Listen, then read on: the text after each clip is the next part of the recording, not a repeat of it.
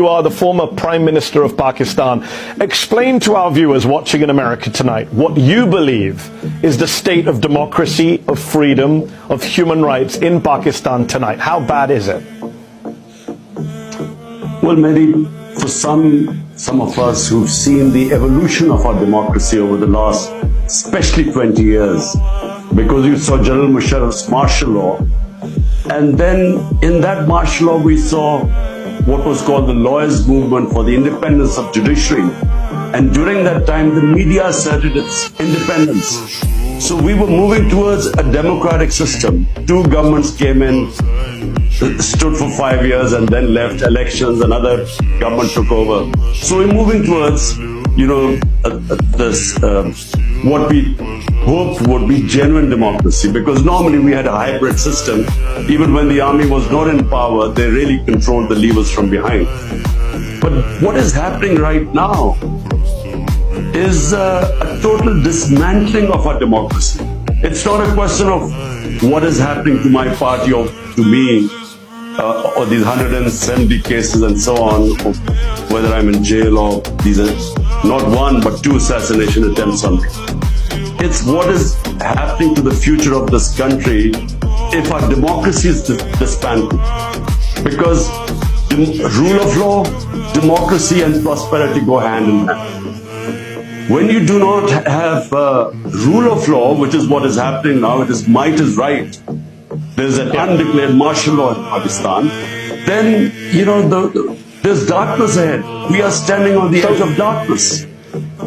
So what is your message to the American government tonight, to President Joe Biden? Because on the one hand, you have urged the US to speak out in the name of democracy and human rights against what's happening in Pakistan right now. But you've also accused the US of being behind a, quote, foreign conspiracy, a coup against you. You've repeatedly called what happened to you, quote, US-backed regime change. Well, I mean, the facts about what happened, about me receiving a cipher coded message from our ambassador in Washington. This is 6 March 22, which said that the American official Undersecretary of State telling our ambassador in an official meeting that unless you get rid of Imran Khan in a vote of no confidence, there'll be consequences. And then the vote of no confidence takes place the next day. And within weeks, my government is gone. So I merely stated the facts. And by the way, I put the cipher in front of the cabinet, in front of the National Security Council, and there was an official protest from Pakistan for interfering in our internal affairs. But that's behind me. Look, all I want the US to do is their professed aims of so-called Western values of democracy, rule of law, human rights. They shouldn't worry about what is happening to me. They should worry about 250 million people. The whole democratic structure is being wound up. And as I said, we have an undeclared martial law. Surely, this is not what the Western countries should want. I mean, they should just speak out against it. So obviously the Biden administration denies being involved in your ejection from power. The current Pakistani government is clearly afraid of you, hence the mass arrests, the talk of banning your party, the more than 150 legal cases against you. They've said you're a bigger threat to the country than Indian Prime Minister Narendra Modi, rather ridiculously. Do you believe that if elections are held on time in October of this year, that your besieged party can still win and that you can still be Prime Minister again? Surely that's a pipe dream now. Look, since I've been ousted, out of the 37 by-elections held, 30 have been swept by my party, despite the total support of the establishment to these 12-party coalition. So clearly they are scared.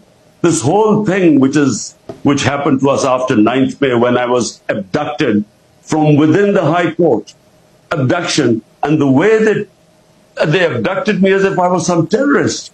So the reaction to that was used as a way of just clamping down, crack down on my party. We equated to what Hitler did after the 1933 burning of the German parliament. He cracked down on the communists and wiped them out. This is what's happening now. How could a few cases of arson be made a reason for 10,000 of our workers in jail. And every day people are being put in. My entire leadership is in jail. The only way the leadership can come out of jail if they renounce being part of my party. So it's never happened in this country before. Women have never been put in jail. The entire media has been muzzled.